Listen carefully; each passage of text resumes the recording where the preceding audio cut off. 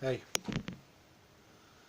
thought I'd talk about New Zealand today, because New Zealand's a basket case of anxieties, I mean, the instance there that anxiety does not acknowledge courage, but courage does acknowledge anxiety. This is the catalyst. This is the true catalyst of the political sphere. And that's why these people, when they get a hold of money, they get the siege mentality, and they don't acknowledge other people. And so, yeah, New Zealand's rife with it, and so, I mean, it exposes how it all goes down, man, and people fail. Why do people fail? Why do guys fail emotionally? Okay, and so this is the layout of New Zealand. That's why we love rugby so much, right? It's because we're pro-conflict. We're predisposed to valuing prevailing over the other, right? And we excel at it, man. We excel at it. We've got the highest rate of teenage suicide rate in the world, in the OECD. All sorts of child abuse and youth crime, youth gangs. I tell you what's going on in New Zealand, right? Anything that anxiety likes, there's lots of it. Anything that anxiety doesn't like, there isn't much of it, right? And so this is why drinking is such a big deal. We try to make our statement, right? Like the consciousness people, because weed is really popular, and I think that's the vote of no confidence in the system where anxiety is believed of as wisdom. Marijuana, it's stepping off, It's just, nah, I'm not keen, go away. And so that's the thing of it, and drinking as well. But in drinking, like and with weed, you generally peace out and you just chill out, man. But drinking makes people talk, and anxiety likes people to talk, and so you get all these violent instances of violence because of people drinking, right? And so New Zealand's got heaps of that, and it's like Auckland Main Street, biggest city in New Zealand. Typically after midnight, there's just all people all drunk all over the road in the street, and the cops are okay with it, right? There's lots of fighting, and it's disgusting, It's like, I think it is because I'm aware that condoning this by inaction is actually giving a vote of confidence to the values of anxiety. Okay, and so yeah, the big thing is the government doesn't listen, and there's been some time now. There's been serious issues with our government, and they seem to be paralysed from making decisions. And so, yeah, I'm going to do a political party, I think, and just to force them to talking about this. They all. I've tried to talk to, like, psych services and things like that, and they can't comprehend that there's this answer that is not of conventional wisdom, right? Now, it seems to me that considering the conventional wisdom that's in play, it actually has to be unconventional wisdom where the answer is, because conventional wisdom is why it's like it is, right? And and so and so I've been to see them, depression clinic down the road here, and they immediately assume that you've got this issue, and they say this question to you: do you think some kind of mental illness has made you think these things? And it's a hard case thing. So it's of major significance actually that the determination is that people that believe anxiety is wisdom, they actually can't think outside those parameters, man. They cannot think outside those parameters. I mean, you can test this if you want by being cheerful and confident and wanting to tell them something, and if they glaze over, you know, that means that they can't compute what you're saying, right? And I think that is why it is. They believe that anxiety is wisdom, and everything's a lot of trouble to them, right? And see, that's why they're infatuated about control, because they can't actually think about anything, and so out of the fear of respecting anxiety, they're determined to have control. So on the one hand, you've got the anxiety believers, right? They are determined to have control because they fear any decision, because they don't understand what outcome, because anxiety doesn't want an outcome, and so they're cognitively they cannot perceive an outcome, right? And on the other hand, you've got courage. Our guys, man, yeah. We can only think of creativity. Our cognitive response is to immediately, through creativity, visualize how it can be fixed.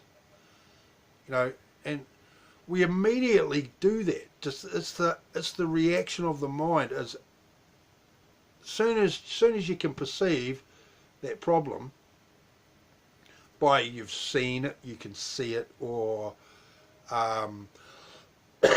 someone's talking to you about it, or something, right? The brain immediately focuses on a solution, and because we love consciousness, we're practiced at. We can do really quite intense, multifaceted equations, like straight away, man. It's like boom, man. We can just have an answer, just kapow, and so now that usually when we go to speak of this answer to the problem, it is as complicated as the process that brought it into existence, right? And so we would try and speak and say that this is what we think, and it could be like this and this and this, and then we have this outcome and it would be fixed. But the sad fact is, anxiety does not acknowledge courage. Okay, anxiety does not acknowledge courage. And one other thing, anxiety knows that courage does acknowledge anxiety. So it knows that it has ways of shutting down people. Okay, so this is New Zealand, man. You know, this guy said something to me a wee while ago that was really profoundly accurate, man. He said, you can't get hired into middle management unless you're a poor communicator. Okay, so that is the truth, man. Middle management have been overrun with people that believe in anxiety. And you can see it by the forms the government creates to engage with them, the kinds of information they want. And the thing is, if they want a whole lot of information, well, they don't trust you. But the thing is, they want a whole lot of information. It actually conceals the fact that they don't know what they're fucking doing. And they make up for it by this overly complicated application thing, you know. They don't have any confidence, man. And this is a middle management thing, and I'm sure it wouldn't be just in New Zealand. It's all over the place, man. Yeah, they generally, New Zealand's really generally, because this whole political correctness thing, New Zealand was thoroughly put through that process of, you know, installing feminism in New Zealand, right? Installing political correctness, right? So here's the thing, right? In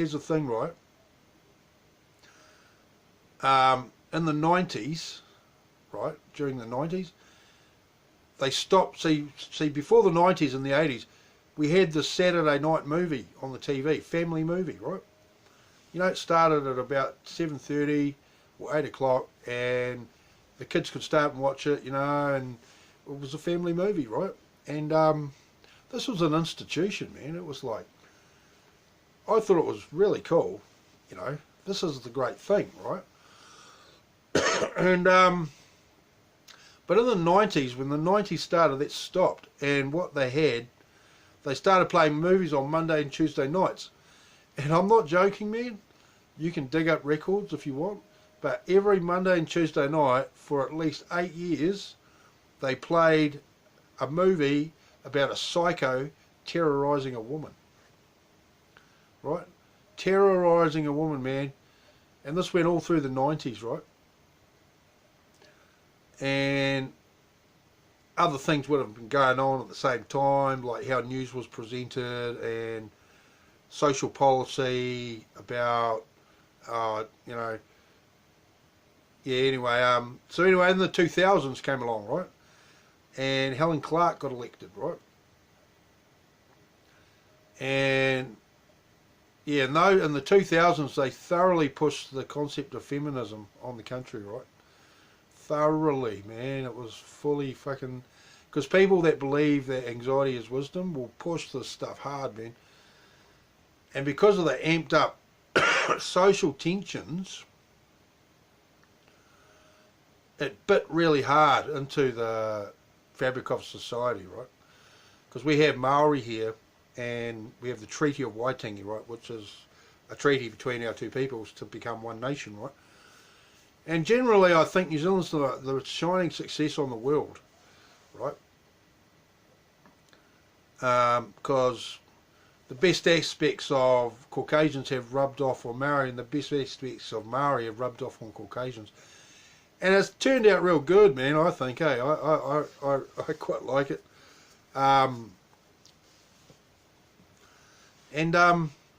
So through the treaty negotiations of settlements, mate, for a long time, very, you know, big news of these really big arguments because of how the government was approaching Maori about this, right? Thoroughly disrespectful for the elders, and very fucking scummy fucking way of going about it, man.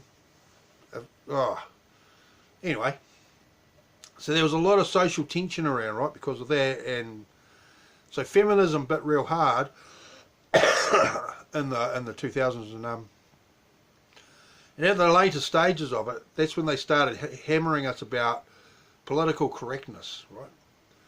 And so for a good while, a long while, they did that. And see, I figured out this, right, about political correctness, right? See, the whole thing of it is to empower anxiety, right? Because anxiety, right, has all the cognitive power of consciousness, right? While it has appropriated consciousness as its vehicle. So that's why some people seem to have supernatural powers to mess with your head, right? It's because they believe that they believe that anxiety is wisdom, and they're using the cognitive power of consciousness and and that's how they get right in your fucking head, man. And so all these horrible mind games were happening from Helen Clark and feminism and political correctness. Oh, gay rights. Yeah, the transgender bathroom thing, the transgender thing. See, it's completely stupid to people that believe in courage to be at all concerned about this. I mean, largely, you know, transgendered people and that, they're real different, but they're there. You know, they're just there. They're part of the world, right? And you bump into them here and there, right? And so, see, but yeah, if a person believes anxiety is wisdom, and he's it's giving him a lot of tension, right? He might see someone different in his environment and go and attack them, right? But it's because he's feeling all this tension. So he needs a way to express that and to get it out there. So he picks something, or she, to, you know, assail the other and prevail over the other. And so his anxieties feel much better, right? And so that was, yeah, 90s, 2000s, and the two teens, which were at 217, and so now it comes to it that the government's in a bit of a spot, right? Because it's very obvious that they are paralysed from making decisions, eh? They can't make decisions about fucking anything, man. They think that tinkering with stuff is, it makes them look wise and all this, and it's fucking not true, man. So we had a big earthquake in Christchurch, right? I think 2011, was it? Anyway, the government was not even interested in helping out with that. They left it to the local council, and they created this pseudo government body called Sarah, and anyway, largely, yeah, it's been some time since, but yeah, a lot of work's been done in that. I think in 10 years the place will be just amazing, eh?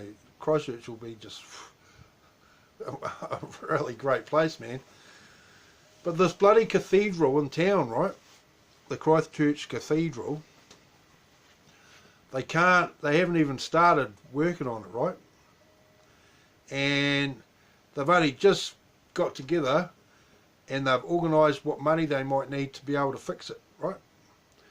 And they're working around this sum of $110 million, right? And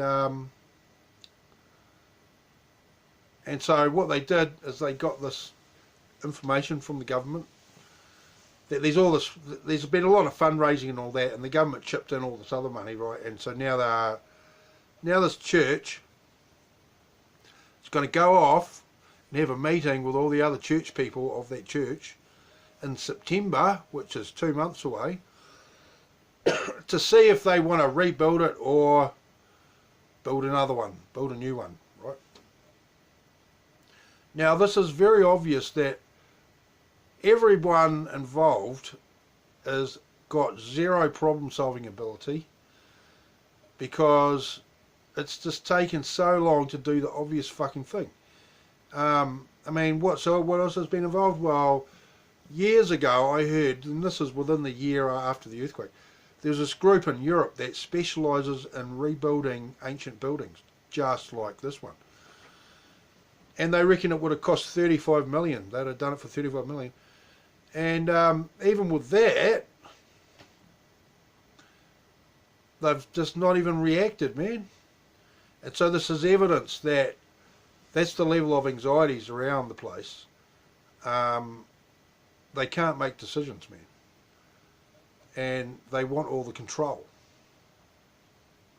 And I say this, I say that there was a paradigm shift in play, because that way of life has to end, man. That way of life is going to end. Hence my political party. I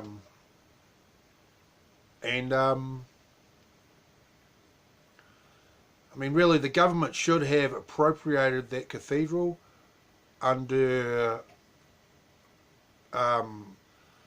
protected buildings.